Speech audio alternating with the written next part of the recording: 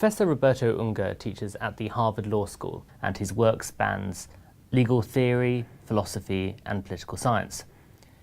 He's recently been turning his attention to the state of centre-left or progressive politics, both in the United States and Europe. He argues that traditional redistributive social democracy is defunct, and that what the left needs is a replacement for Marxism, a new theory of democracy, society, and the market. But Professor Unger doesn't just theorise, he also aims to influence. He has advised a number of governments and served as a member of Brazil's. We've invited him into our studio to talk about his ideas. I'm Jeremy Cliff, the Britain politics correspondent of The Economist, and Professor Unger joins me now. I'd like to start, Professor Unger, by asking you your views about the state of centre-left or social democratic politics. If we look around the world, to Latin America, to the States, to Europe, we see a variety of different species of centre-left politics. Do you see among any of these some cause for hope as a progressive yourself? In the rich North Atlantic world, the dominant project today is the attempt to reconcile the economic flexibility of the United States with the social protection of historical social democracy in Europe. My view is that none of the fundamental problems of these societies can be resolved within the limits of the historical compromise of social democracy. Within those limits, the progressives are largely consigned to the role of humanizing the project of their conservative adversaries. There is a long list of structural problems that can be addressed only by crossing the boundaries of this settlement. Could you name some of those problems? Yes. First, in the decline of mass production, a new form of production begins to emerge in the world, characterized by a radical experimentalism, but typically confined to isolated vanguards of each national economy. What is required is that these advanced practices should be disseminated through large parts of the national economy, especially to the benefit of small and medium-sized firms. A second problem regards the relation of finance to the real economy. Under the present arrangements, finance is largely allowed to serve itself rather than being made to serve the productive agenda of society. A third problem is that labor in the globalized economy is increasingly being organized in the form of decentralized networks of contractual relations. And we have not yet created a legal regime that is capable of protecting, representing, and organizing labor under the new circumstance, with the result that the new system threatens to become a universal economic insecurity. A fourth problem is that we need to induce a radical change in the character and content of education. We need a form of education that is analytical in its method, that embraces cooperation in teaching and learning, and that approaches all subjects dialectically through contrasting points of view. A fifth problem is the requirement of innovation in the provision of social services or public goods.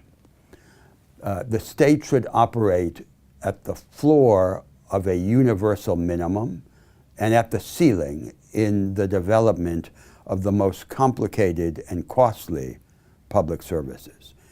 And the sixth problem is that the democracies established in the world are flawed and relative democracies that perpetuate the rule of the dead over the living and continue to make change depend on crisis. We need high-energy democracies, an energizing of democracy both from the bottom up and from the top down. You talk about the state engaging at multiple levels and with a range of actors, but where does this leave the market? I mean, is there a role for market mechanisms in the provision of social services, in the arrangements of the sort of economy you want to see? For 200 years, the agenda of ideological struggle has been a kind of hydraulic model in which the state is opposed to the market. More state, less market, more market, less state, or some synthesis of market and state. Now a new form of ideological contest begins to emerge in the state, in which the subject of the dispute is the range of alternative institutional forms of the market economy, of democratic politics, and of independent civil society. You've described these arguments in the context of something you call deep freedom, as something that goes beyond the traditional hydraulic model, as you say, of state and market. Could you explain that a bit?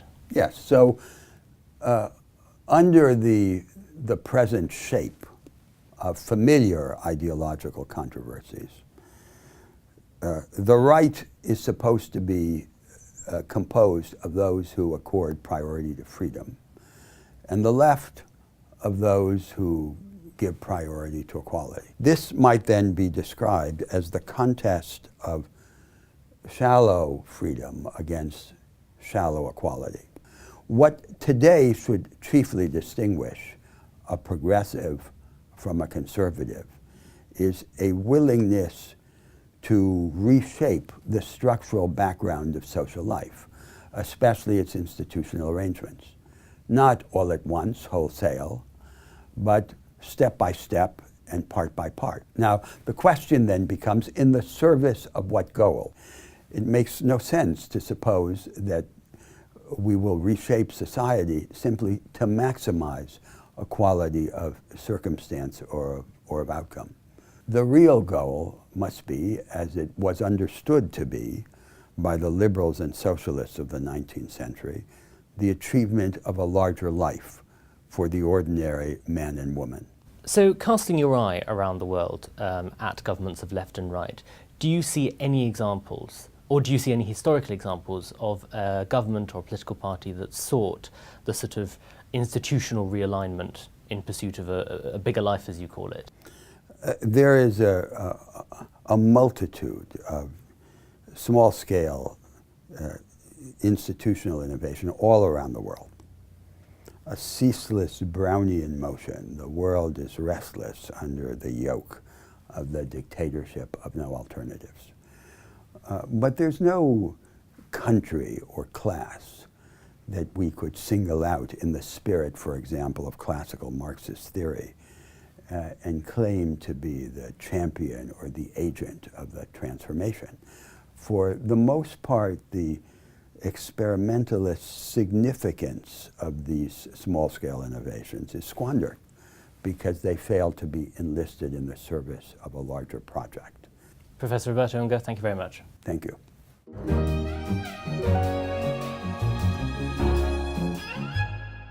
The Economist.